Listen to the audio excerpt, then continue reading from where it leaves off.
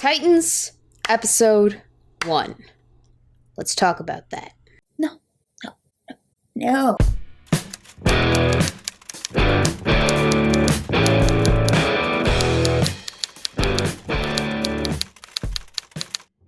You have been warned. Let the demonetization process begin!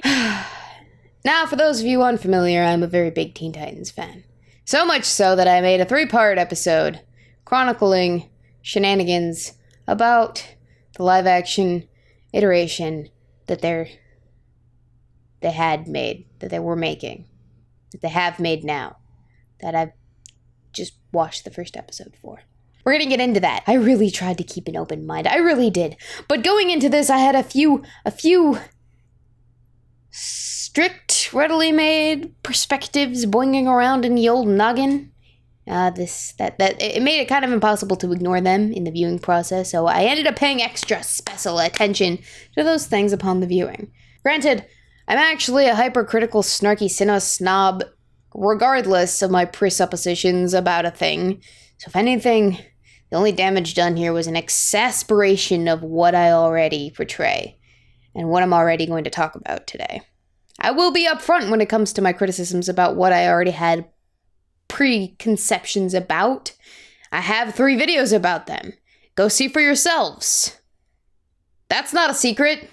Anyway, I will say this. It is the pilot episode. I'm not expecting spectacular right out the gate, but when I do the full season review after the final episode airs to kind of cap this off for you kids, then we'll see just exactly what the full shwabang entails and how disappointed I'm rightly to be. Without further ado, let's get into this shit. This is what I liked about the episode.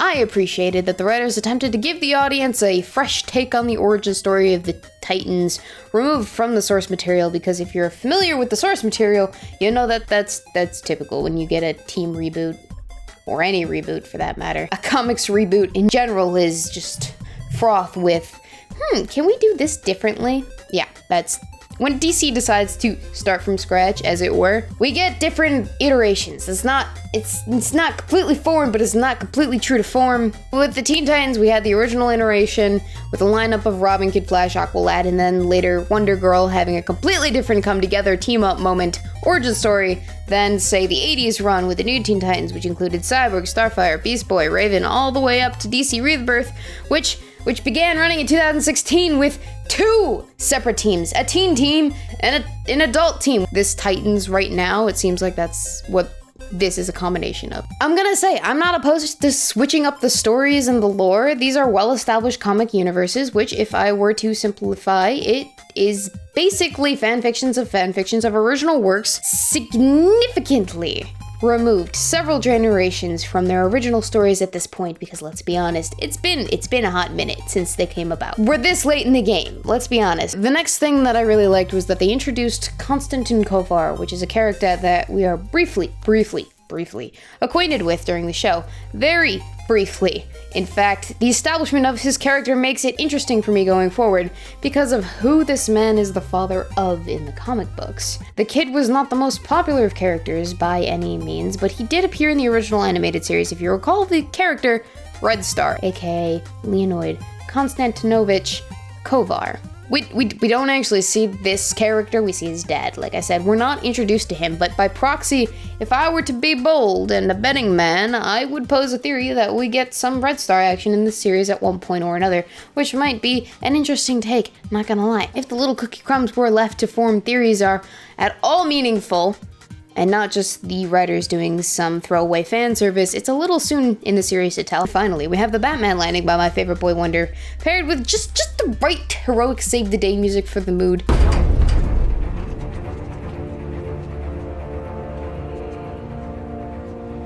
Which makes for a smooth cocktail of fan service, and that is then immediately undone in a way that I 100% appreciated. Where's Batman? Be anywhere, man. There's somewhere. Look up. when the bad guys completely ignore Robin in lieu of looking for the real threat they perceive to be Batman, because what's a Batman without his Robin? It's a juxtaposition of the intent of the hero versus how they are received by the villain that just, I always appreciate it when they do that. Actually, one of my favorite things that happens in superhero media. The best example of this that I can come up with off the top of my head is Booster Gold's run in the Justice League Unlimited series.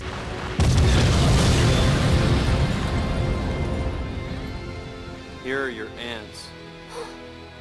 Thank you, Green Lantern. By the way, JL and JLU, 100% worth viewing. You want quality DC content? There you go. I just did you a favor.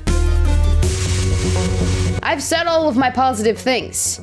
I'm entitled to say all my negative things now. Let's get into why you're all really here, the ranting portion of this video. So, the episode starts off with a dream sequence, and right off the bat, we can tell that this episode is at the very least going to give me serious case of chronic squinty eyes. Why? And attempting to capitalize on that sweet edgy boy hot topic hyping Tim Burton crowd, they turned the saturation way the fuck down and gave the series a perpetual green hue filter. Don't believe me? Check this the fuck out. I'm pretty sure even if you are a demon hellspawn, the white parts of your eyes aren't supposed to be that green.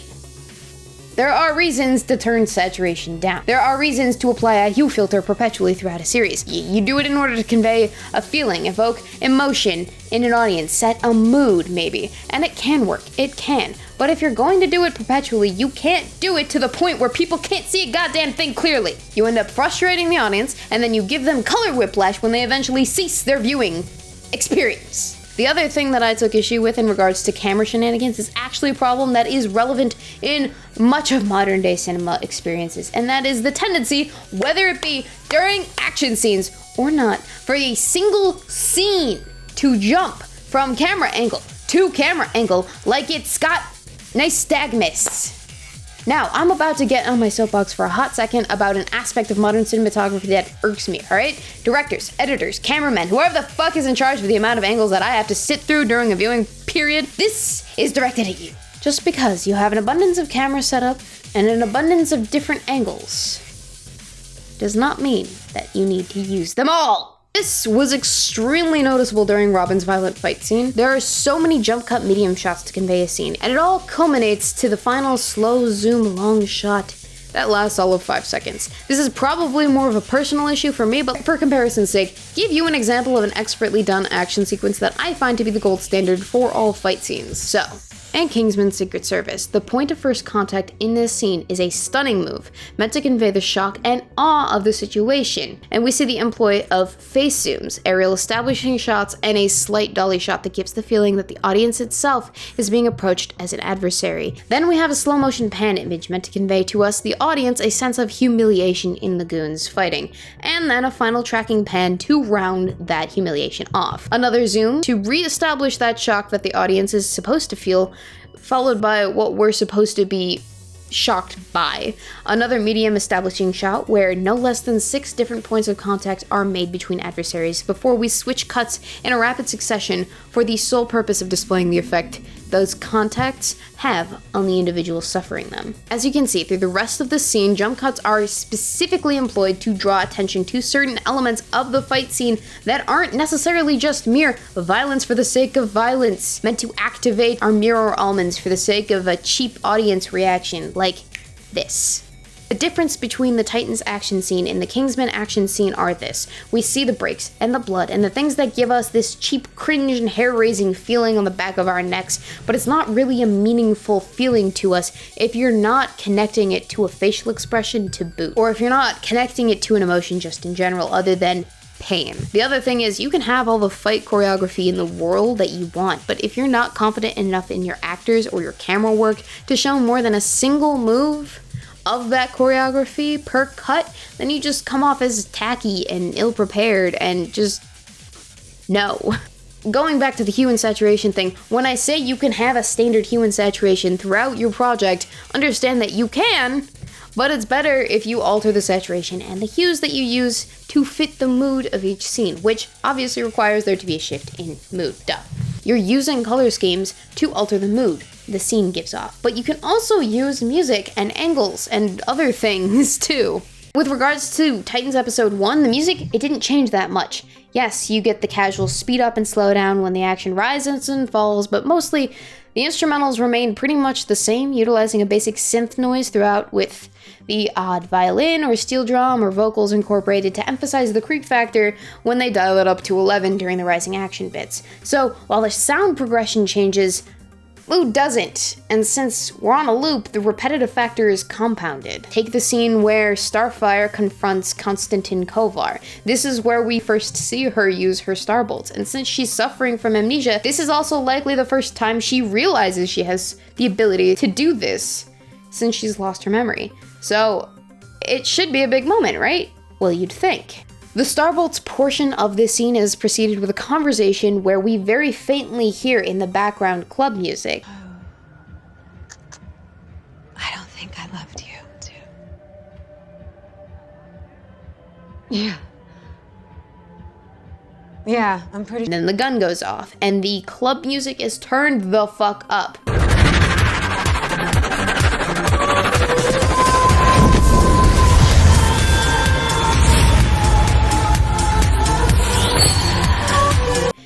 But the club music is basically synth and vocals on a loop.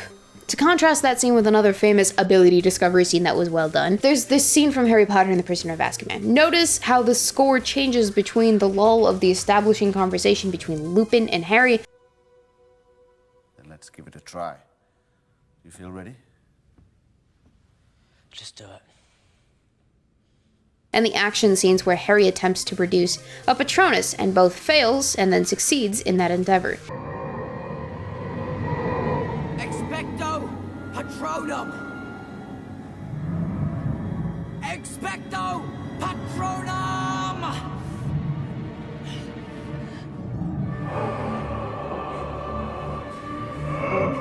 The music changes to fit the feeling of the scene, from lull to intense to scream, then lull to intense to victorious angelic choruses. Usually, if there was a development in any character at all, whether it be for the audience or the character or both, I would expect them to adjust mood accordingly, especially when it comes to music, because it can be so subtle and tactfully done in execution, and it makes all of the difference in the world. I'm not looking for John Williams, okay? I'm looking for just a little bit more effort here. So, mood. It could have been conveyed so much better in this episode than it was. Granted, it's only the first episode, so camera angles, color schemes, brightness, and music could all hopefully improve with time. We'll just have to wait and see.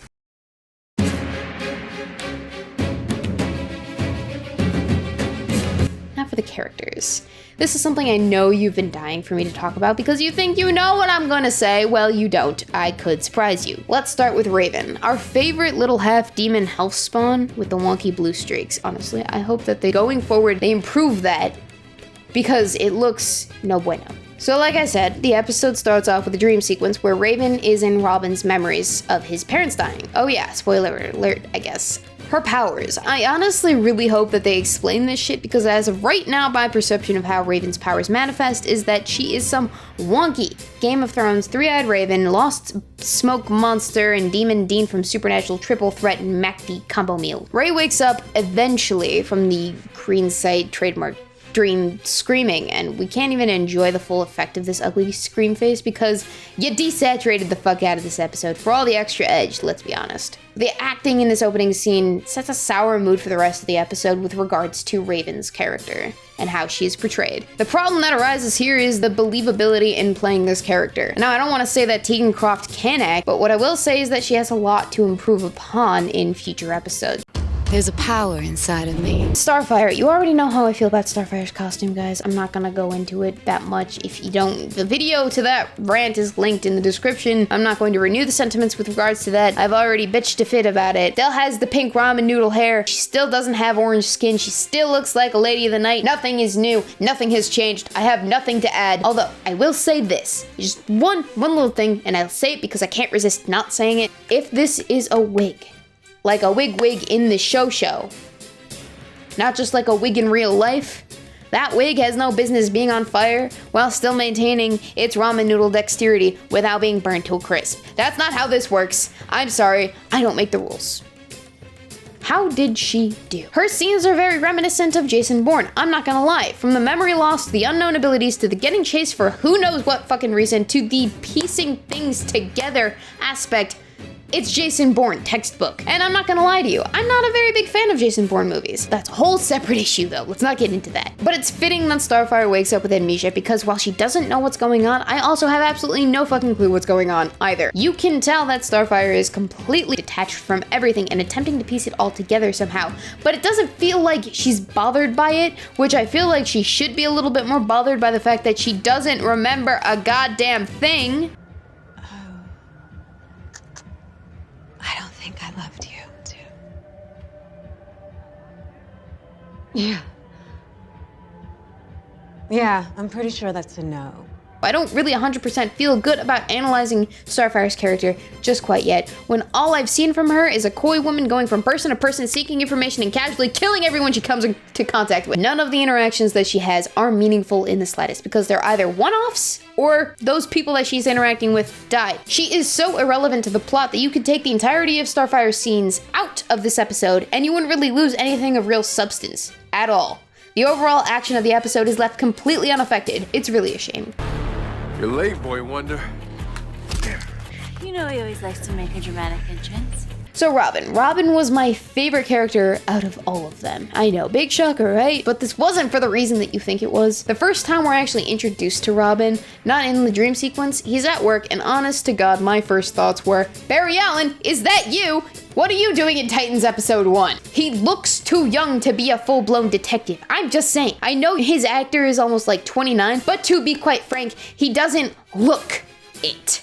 Take this scene, he looks young enough that I think he stumbled onto the wrong set one day looking for Riverdale and they just decided to keep him on for no fucking reason. Juxtapose that with the ultra-violent fight scene that I showed you earlier with Dick. We're gonna get into that.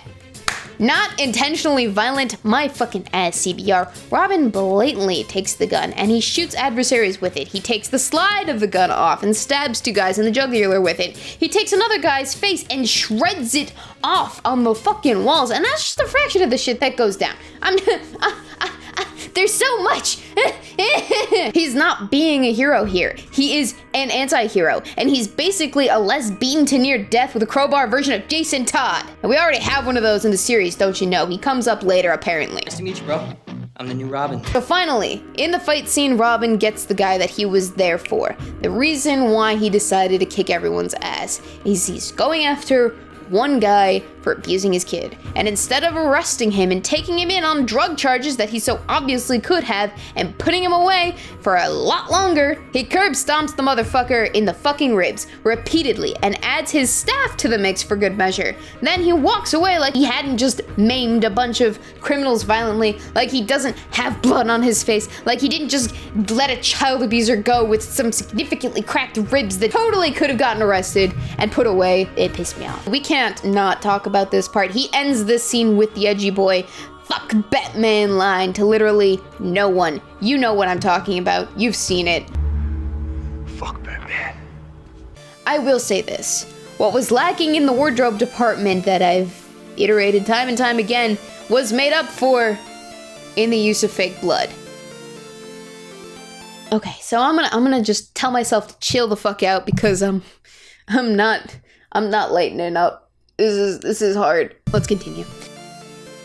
So, the biggest issue that I had with this episode was in the pacing. In a single 50-minute block, they tried to establish the scope of Raven's internal demon issues along with her relationship with her mother and the main conflict that results from her being a demon hellspawn, the lead up to and the aftermath of Robin's separation from the Caped Crusader and the effect that has on him, followed by his introduction to the half-demon and the main conflict, and finally, Starfire and her amnesia arc, coupled with her search for clarity on the things that she can piece together, kind of.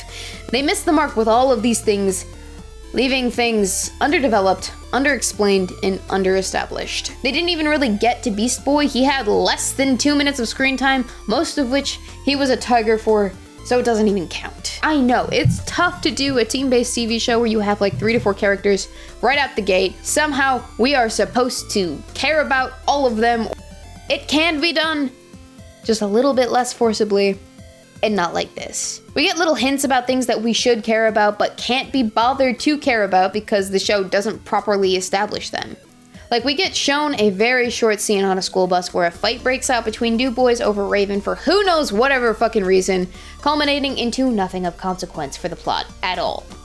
Immediately after the fight finishes up, one of the boys calls Ray a slut, which is absolutely out of left field because literally there has been nothing to suggest that there was a thing that was a thing that she was dealing with on any level at any point during the plot. At least with the crazy religious mom who's afraid of her daughter, we got a little piece of something to establish that the home life is fucked. Like deadbolts and crosses on her bedroom door, a forcible prayer, and a nearly drunk glass of wine and a bottle of pills on mom's nightstand. That was a thing that they threw in there just to kind of establish that. It's not much, but I'll take what I can get. But even with that allowance, this point of a crappy home life wasn't allowed to even the chance to fully flesh itself out because yes, that's Ray's mom. We're shown, but we don't care about her. We're given no real reason to care about her. We're given no real reason to suspect that Ray even cares about her other than the plot says so. And we're not even given the chance to care because she's executed Lenny style to our faces not even halfway through the fucking episode. We see some brains get blown the fuck out the skull and that garners reaction from the audience, yes, but it's cheap. It's a cheap reaction. It's like, they're not even trying for genuine emotion. It's all just pure shock value at this point. And that, frankly, that pisses me off because we're smarter than that. As an audience, I think we're smarter than that. The episode kept switching between Raven and Dick-centric scenes, and then they kind of just dropped Starfire scenes in there whenever they feel like it, and it's jarring. You can kind of tell what they're trying to do with this pilot in that they are attempting to draw you in by giving you all of these unresolved plot points to encourage an audience's intrigue, but the way that they did it made it seem all over the place. Now, I've been trying really hard throughout this entire review to not compare it to the original animated series, but in this thing, I kind of have to when it comes to the pacing.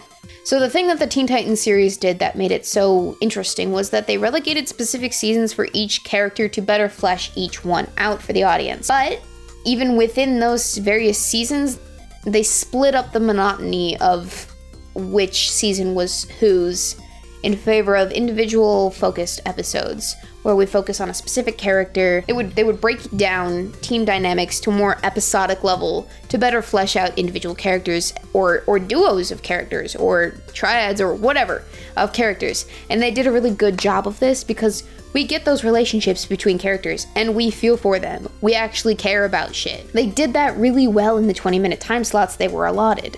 They didn't even try that with Titans. So finally, we're gonna get to the really petty portion of this video where I air my nitpicks and grievances. First off, they changed Bloodhaven to Detroit. For those of you who don't know, Dick starts off his new life away from the tall, dark, and brooding Batman in the city of Bloodhaven. It's on that Gotham City, Star City, Central City level of fictional places from DC Comics. Like, it's that important. Now that you're caught up, we can be pissed together because Gotham City exists in this alternate universe, but Bloodhaven doesn't. And then we barely see Beast Boy. That was a thing that I've just yeah. And finally, there was no Booyah.